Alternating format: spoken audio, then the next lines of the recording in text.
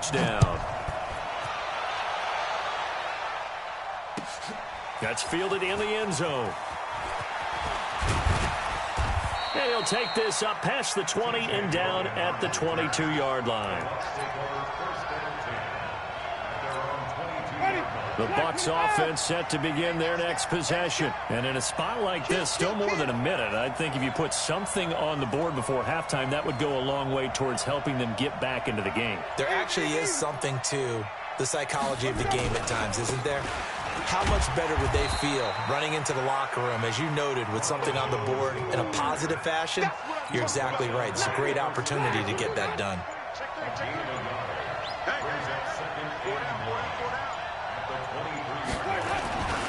They'll keep it on the ground again here.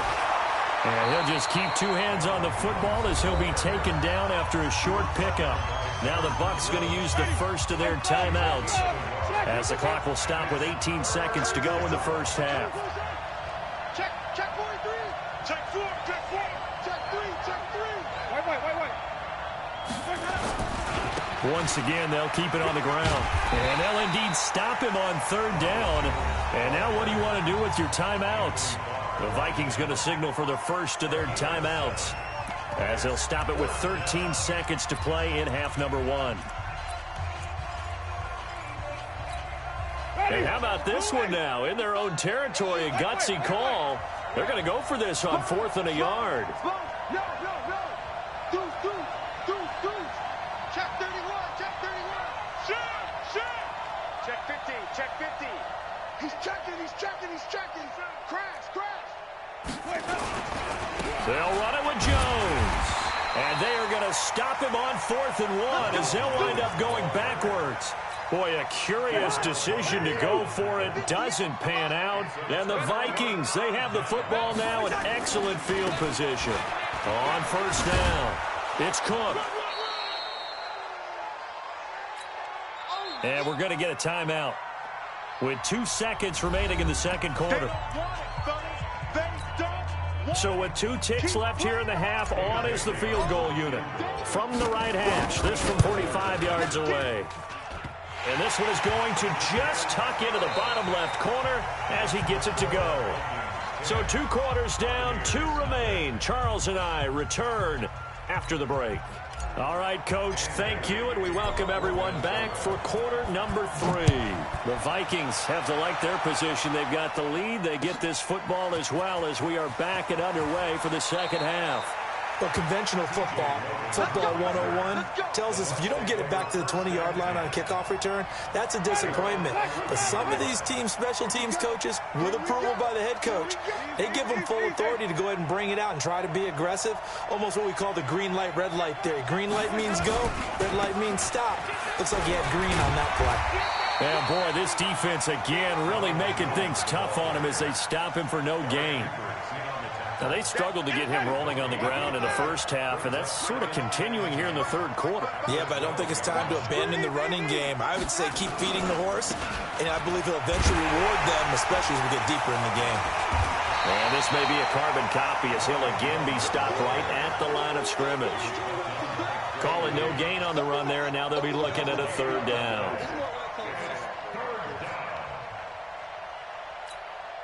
Big play coming up. Here's 3rd and 10. I would expect to see some pressure here.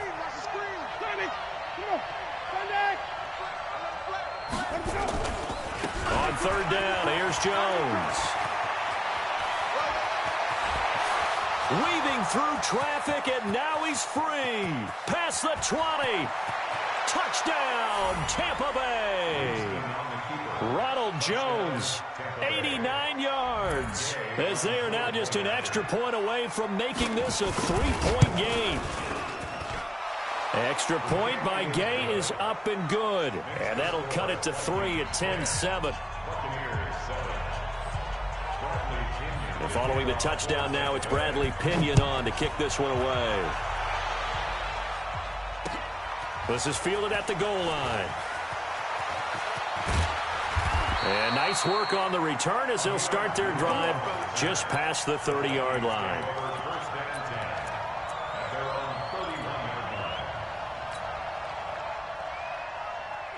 Here are the Vikings now to start their next drive. Their defense has done the job. Now it's the offense's turn as they've got it 1st and 10. A first down run, good for about 3. 2nd and 7 coming up. A gain of 3, 2nd down.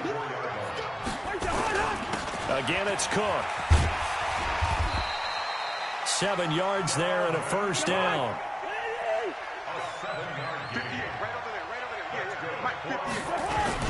They'll run on first down. Cook. It's a 6-yard pickup, and it gets him to 2nd and 4.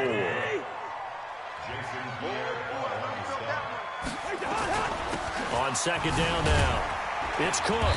And he's able to get across midfield and down into Buccaneer territory.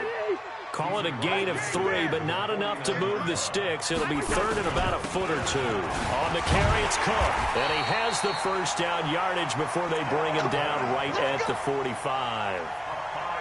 They get 5 out of that one, and it moves the chains. All runs on this drive so far. It's 1st and 10. Here's Madison running on first down.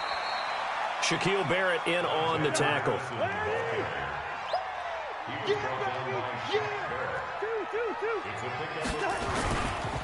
Going to run with Madison again. And the lane closes up quickly as he'll get about 3 down to the 38. Well, praise has to go to the guys on the offensive line because they've had a very nice, productive day running the football. How about that poor defensive line? They've been knocked around the entire game, and while they slowed them down on that run, can they continue to do so? Because they haven't had much success throughout this ball game. You give them 5 yards there, and it's enough for the first. So they'll come up 1st and 10 now from the 33. Now Cook. Cook with a first down and much more. And he's all the way down to the 13-yard line. That burst good for 20 and a first down. Under a minute to go in this 3rd quarter as they come up 1st and 10. And he'll get this one down to about the 10-yard line. 3 yards on the pickup there, and it'll be 2nd down. On 2nd down, Cook. And for one of the few times here today, this run's not going to go anywhere. No gain on the play, and it's going to bring up a 3rd down. 58, boys, 58, 58, Mike. Tighten up. On 3rd down, they run with Madison. And he'll be brought down well short of the first at about the 9-yard line. Just a yard on the run there, and that's going to bring us to a 4th down. And we return, welcoming you back to Minneapolis. It's been a very hotly contested game to this point. Just a field goal separating these two teams as we get set for the 4th quarter.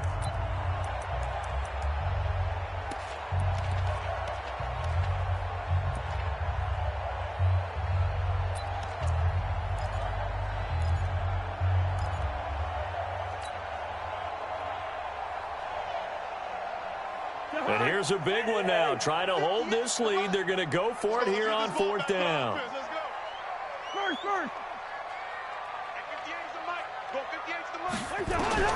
Now Cousins on 4th down. He's going to be sacked back at the 23-yard line. Vita Vea, and the Buccaneers defense holds, and they get the football back. Boy, you talk about not playing it safe. Why were they going for it there, Charles? It's got to be a full evaluation of their team. Do they trust their defense in this situation? Maybe they think they've given all they can in this game and they don't have anything left. Do they not trust that the other team's quarterback is just so hot that no matter where they get the ball, they go downfield? Remember when Bill Belichick went for it in that game, right, against Indianapolis on the road, and everybody said, why'd you go for it there? I think he just thought to himself, on the other side, if they hit the ball, they're going downfield anyway. He was trying to end the game right there with his own offense.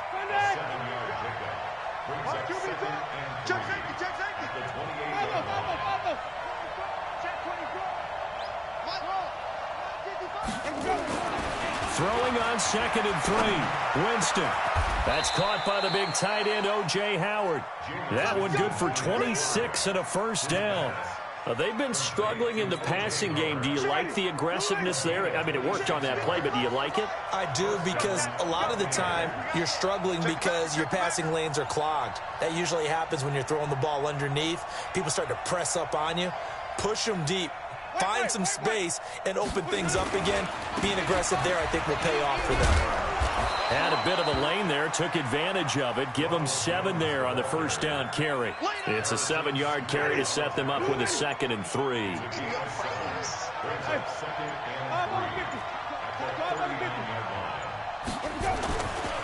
Again, it's Jones. A 3-yard pickup on 2nd and 4. Now they'll need to convert here on 3rd and a little more than a yard. Oftentimes we praise an offense for their variety of being able to hit people with the run in the past. But in this game, how about what we're seeing from the safeties? They are all over the field. Doesn't matter if they threw it or if they're trying to run it. I don't think we've ever awarded an MVU, most valuable unit, but you're right. It might go to them in this game. I like it. And the pressure gets there, and Winston goes down. Everson Griffin drops him for a 4-yard loss there, and that brings up 4th down. So on 4th down, out trots the kicker in a big spot here. They'll spot it at the 47, so call it a 57-yard attempt. 3 points separating these two sides with 2 minutes left to go in the 4th. So it's Buccaneer football as we welcome you back. And they've got a 4th down now in a game that, to be honest, has been pretty much everything we could have asked for. We've seen some big kicks in the NFL the last few years, and that one might just rank right up there. And you know you can hear the crowd react, right? But I was focused in on the sideline and watched them absolutely erupt. I don't know how many of them thought that he was actually going to make that kick, but how about how they felt when the ball went over the post? And the decision to bring it out will cost him about 5 yards as he'll get this only back to the 20.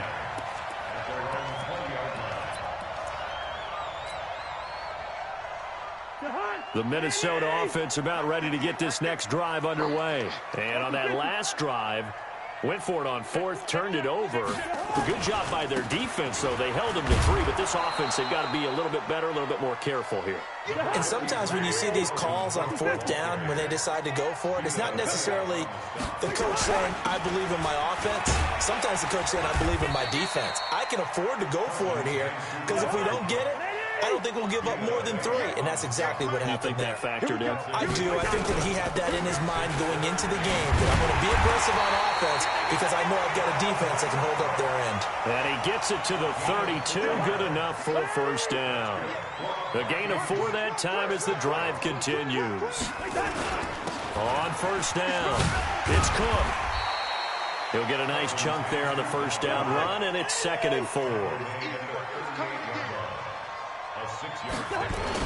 On 2nd down, it's Cook, and he'll be brought down right at the 45-yard line. The Vikings going to signal for the first of their timeouts as the clock will stop with 34 seconds to go in the game. They'll run with Madison. And no room that time, getting it to about the 46. Just a yard on the 1st down carry, so it's 2nd and 9. Cousins to throw. And this is going to be intercepted. Picked off near the 29. And they have the football and will set up shop at the 33-yard line. The Bucs offense set to begin their next possession. They have a little bit of time here to get into field goal range. Not much. A tie game, you don't want to do anything crazy, right? I agree with you on that one. Risk-reward, okay? If you go for it, what is the absolute reward on this? But the risk is probably greater. Run the clock out, get to overtime, and try and win it there. All right, we'll see if they do just that. Winston to throw. Pressure coming from the Vikings, and they get there and bring him down. It's a little teaching moment here. Overtime rules. Remind us how this goes, partner. Okay, so in the past, we had sudden death. First team to score wins, but no longer. Now, if the team receives the ball, scores a touchdown, they win the game. If they kick a field goal, though, or don't score, the other team gets a possession. And after both teams get a possession, then we're into sudden death. First team to score wins the game. So we're right back where we started, all even as the kick's away. That'll be taken in the end zone. And the decision to bring it out is going to cost him about 7 yards all told as he's taken down back shy of the 20. The Bucs offense set to begin their next possession. They're set for their first drive here in overtime, and this is where the crowd can really become a factor. They've had to battle it all day, but I know what you're saying. In overtime, that gets doubled, doesn't it? At least, because now the crowd really wants to be involved and help their team, and that first drive can dictate the whole thing because they know if this team takes it downfield and scores a touchdown, it's game over. It's been loud in here so far. They'll go again to Jones. Just a gain of a yard there, and now it'll be third down. Another good run for him. What else is new? That'll put him right at 150 yards for the game, so he's really made his presence felt in this one. They've got the jumbo set out there. A huge play in this overtime session. It's 3rd and inches. Well, they hit him in the backfield, and he will not escape, and that is not going to get it done. That'll back him up 2 yards and also bring up 4th. So a big move here, playing to win in overtime. They're going to go for it on 4th down.